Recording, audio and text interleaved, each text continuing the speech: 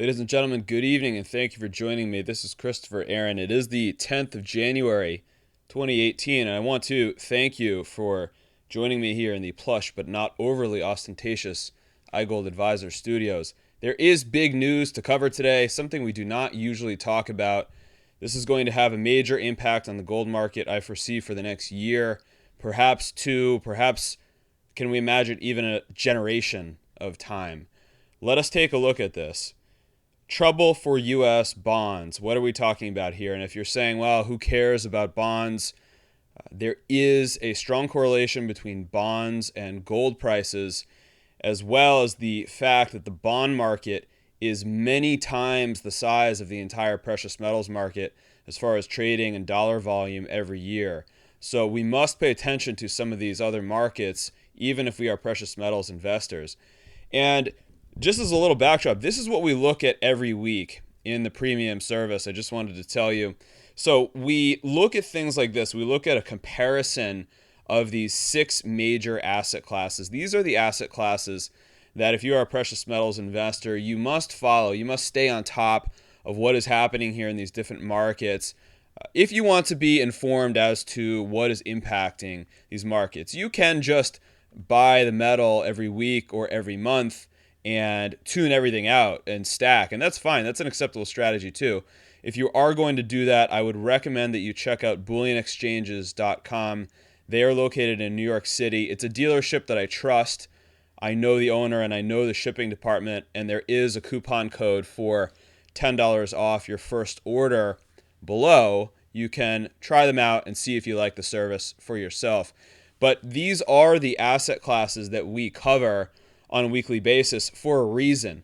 Look at the divergence here that we've been seeing between gold and long-term. These are 30-year, 20 to 30-year U.S. bonds. Look at the divergence. So this was from last week, and we look at this every week for a reason. Now, let's put this in perspective, because we're trying to see here, when are bonds and gold being treated the same, and when are they being seen as the difference for what they truly are, which, let's be honest, one is paper promises for fiat worthless money in the future, and the other is a 5,000-year-old store of wealth. But the market does treat these the same quite often. Let's take a look. Why is this so important? We are looking at, for reference, the U.S. 30-year bond, the price of the bond, for the last 36 years. We've been looking at this chart for the last couple of years here, and this is just a backdrop. We've been saying that there is something unhealthy brewing within this market from a technical basis, and we did not know why. We did not know what was shaping this market fundamentally, but this is the point of technical analysis. We can see when something is happening on the charts, either positive or negative. We can see that before the fundamental news begins to come out. So in the bond market here, we are looking at essentially what was a 36-year rising market in this orderly channel, 36 years of bonds rising in price, becoming more and more valuable. And at the end of that 36 years, here in the last several years, we began to see what looked on the charts to be an unsustainable parabolic curve, this blue curve like this, leading to a disorderly market condition. Now, when you have a market that's rising in an orderly way for 36 years that starts to become disorderly to the upside, this tends to be the characteristic of a unsustainable frenzy or a mania or even a bubble that is in the stages of forming. And the bigger the market, the less steep that this curve has to get before, when it breaks, this strongly signifies the possibility that this market has topped for a very, very long time. So we saw the break of this parabolic curve here in the bond price, a breakdown, and we've been talking about this Premium subscribers especially will know this. We've been talking about this for the last year and a half here, watching this breakdown in bonds and this initial consolidation here. We've been saying something's happening in the bond market. We don't know what it is, but something negative is brewing here. And sure enough, what do we see coming out in the news just today? China reportedly thinking of halting U.S. Treasury purchases. And that's worrying markets is an understatement. This is an article from CNBC. China is the largest holder of U.S. bonds. And let's just remember, the U.S. bond market impacts everything about our way of living in the United States and by extension the rest of North America, therefore. Let's be honest.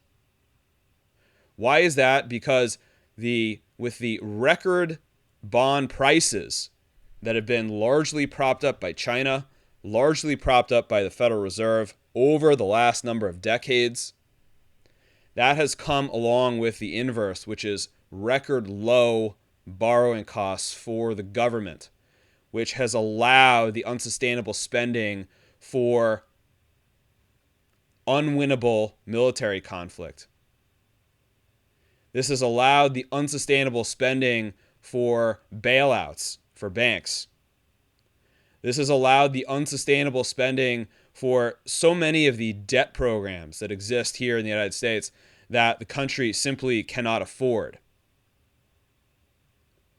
It is all because of the record low interest rates caused by record buying here in the bond market. And we see evidence here coming out today that some of the absolute largest bondholders, the largest bondholder in the world, is thinking about selling and halting or at least slowing their purchases of bonds.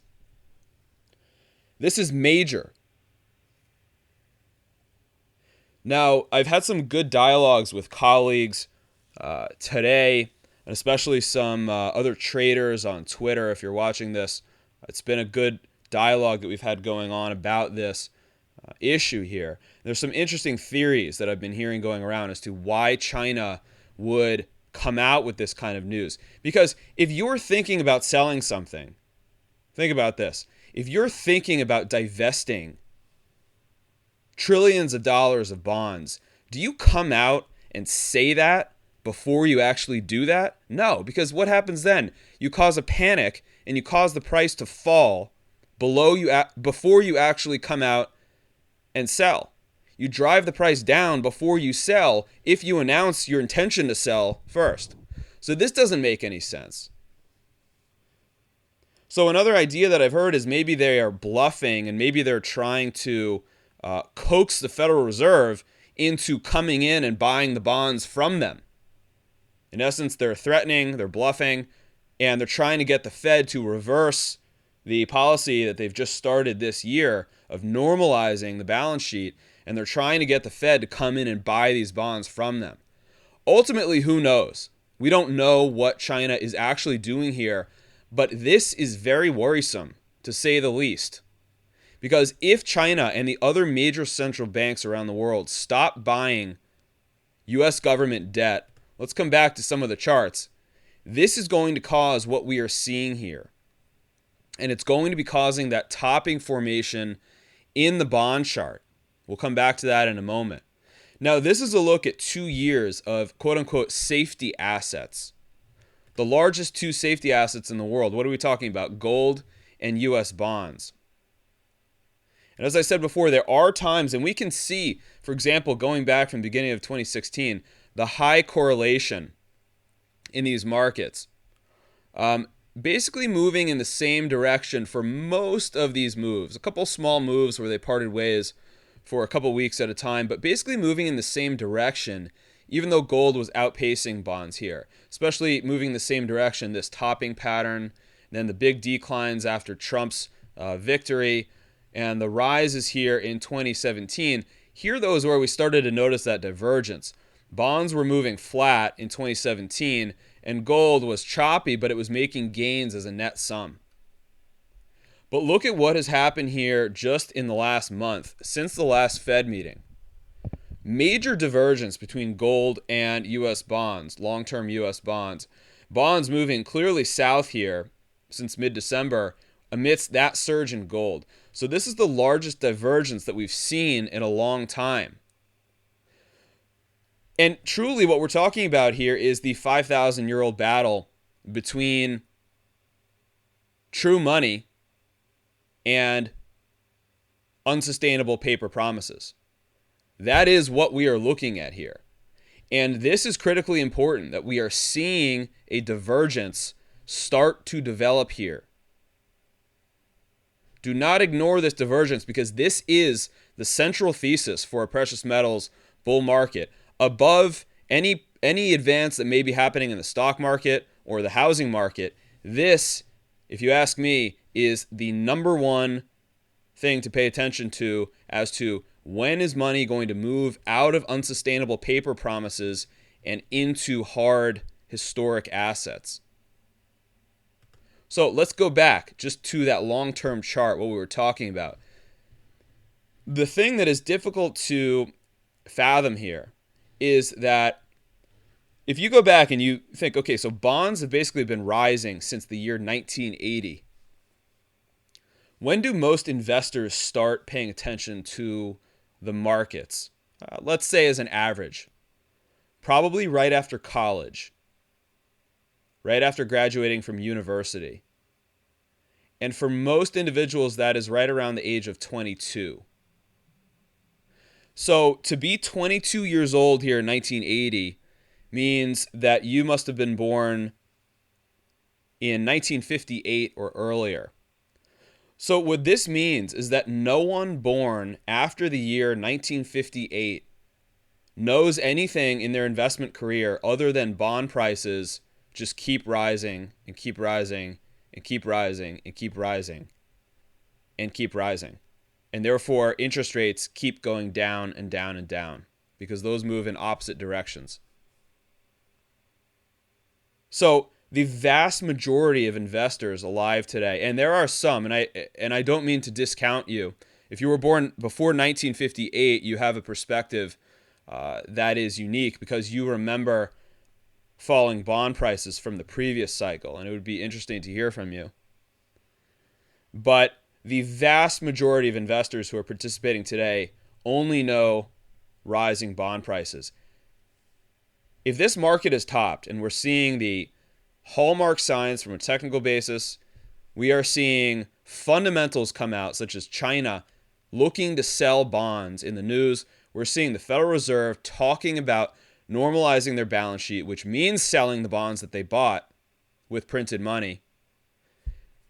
Can we imagine something like this? 36 years of rising bond prices and then 36 years of falling bond prices.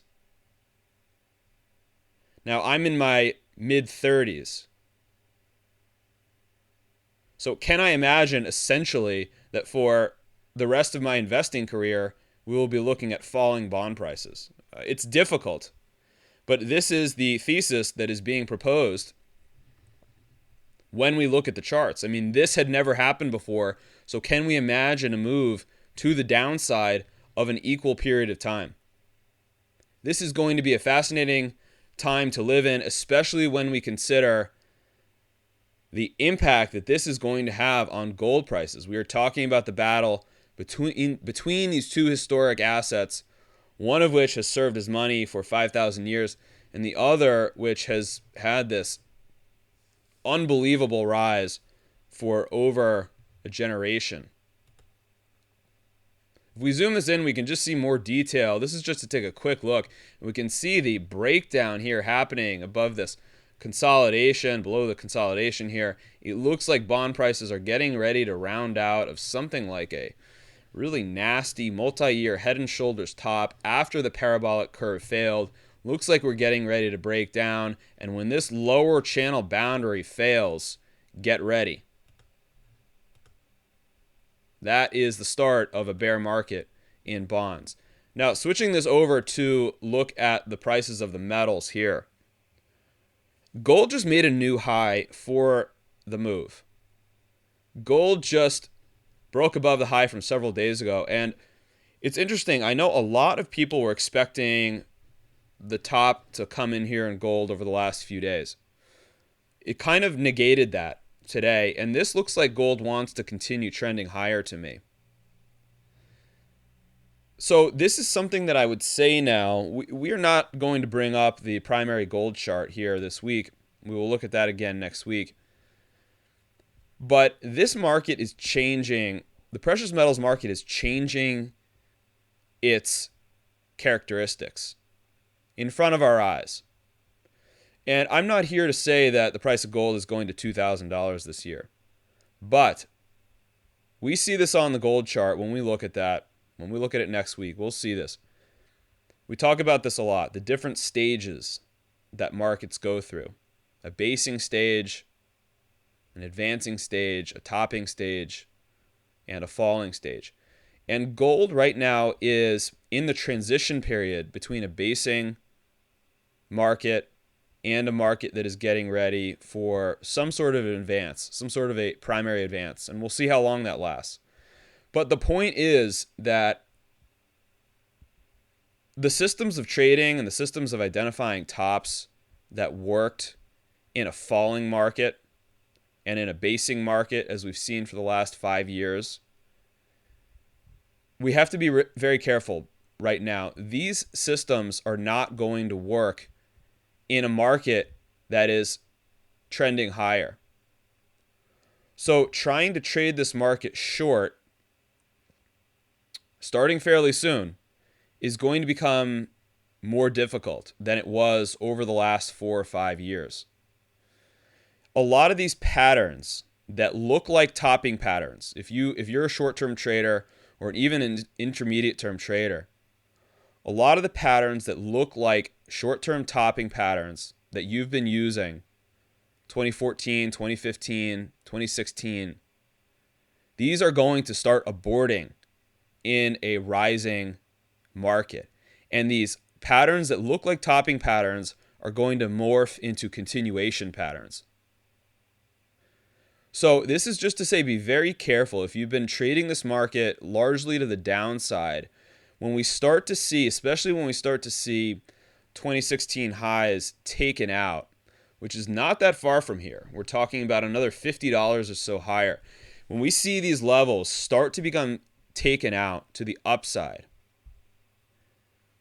please reevaluate your trading systems, because people are going to get chopped when they're trying to go short and what looked like a topping pattern from several years ago now morphs into a consolidation, which then continues higher.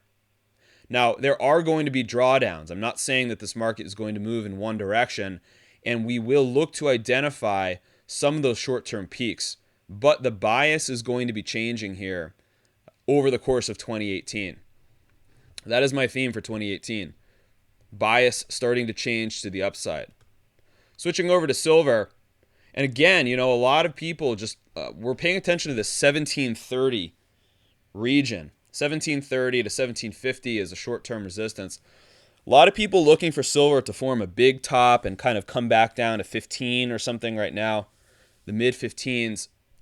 There's the potential that this is just a consolidation, a mid-cycle consolidation, and silver is going to go back up to that $18.30 to $19 region sooner than we anticipate. I once again do not think silver is going to $50 or $100 this year, but we are starting to see some changes in this market. The characteristics of this market are changing. We're seeing resistance levels where sellers should have shown up. We've seen sellers on the charts in a number of places for gold and silver. They should have showed up there over the last several weeks. They did not. They were not in this market. So it's not saying that there can't be a new group of sellers that show up here, but we are seeing the dynamics of this market change. And a big part of that reason is there's fear coming into the market about what is happening with U.S. long-term bonds. That is an ugly-looking chart presently whereas the gold chart is an extremely healthy base. We do offer a premium research service here, which features videos like this that go out at least once per month that are much longer and much more in depth, as well as weekly updates covering physical gold and silver, the most updated technical analysis for physical gold and silver, the miners that we are investing in here, the GDX mining fund, all the research and the buy and sell signals that we are using here. Separately, I also work with individuals across the spectrum, from those just beginning in the precious metals to those with several $1 million looking to diversify in a balanced way. So if you would like to speak one-on-one, I do work by the hour, generally with individuals. I do make some special arrangements with some other individuals. And I simply work for the best interests of my clients from someone who is not looking to sell you the metals. If I see a short-term top potentially forming, I like to let people know that. Or if I believe that you are overexposed in one way in the precious metals sector, I like to let people know that so you can take protective action. You can find more about all this on the main website. Do not ignore these fundamental news pieces that we are seeing in the bond market right now. I know bonds are fairly boring most of the time, but I have a sense this is going to be a major driver, not just for the gold market, but if you think about it, for a lot of our lives. A lot of that unsustainable spending that we were talking about around the world coming from the United States government, all these overseas military bases, all these programs that we have here that we can't afford as a result of bailing out massive companies. If bond prices start to fall, this government is not going to be able to afford to continue these programs. And our ways of life are going to change because of that. It's not going to be the end of the world. I propose to you that we pay attention to these charts and these fundamentals, and we get ready to fortify ourselves, and we get ready to thrive through whatever these changes are that are coming ahead. That is the message here. Thank you, and I'll see you this time next week.